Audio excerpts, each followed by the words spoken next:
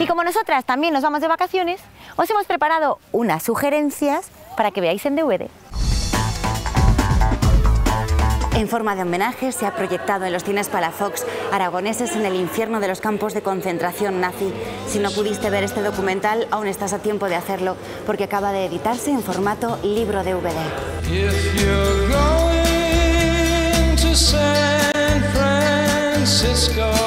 Desde el Gobierno de Aragón, dentro del programa Amarga Memoria, consideramos que era muy importante recoger los testimonios tanto de las personas que están vinculadas directamente a los homenajes, a los actos de homenaje y de recuperación de la memoria de la deportación, y concretamente de la del campo de Mauthausen, como las experiencias que los alumnos de distintos institutos aragoneses están llevando a cabo en los últimos años.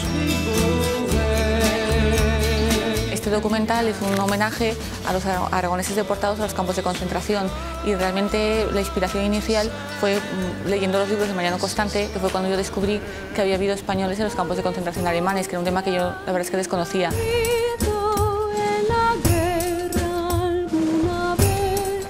No lo he visto. Verdaderamente formidable, porque veo que las personas se interesan a ese pasado y que es muy normal que eso se vaya engrandeciendo para tomar conciencia de cómo son las cosas, cómo fueron, y que no vuelva a repetirse otra vez.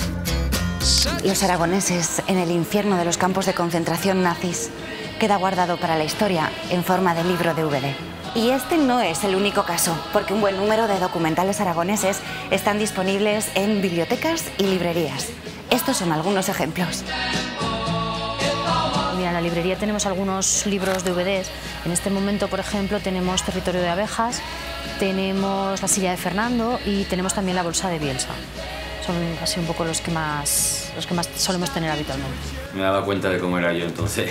La publicación de estos trabajos es también importante por su dimensión didáctica. Por ejemplo, el realizador Eugenio Monesma cuenta con varias series documentales sobre oficios perdidos y tradiciones aragonesas. Otro caso es el de Miguel Lovera, cuyo documental La sublevación de Jaca, los capitanes del frío, también se publicó en forma de libro DVD. Un interesantísimo trabajo sobre aquella insurrección militar que supuso el germen de la Segunda República Española. Un caballero. La edición en DVD de estos documentales nos da la oportunidad de disfrutarlos cuando queramos. No os la perdáis.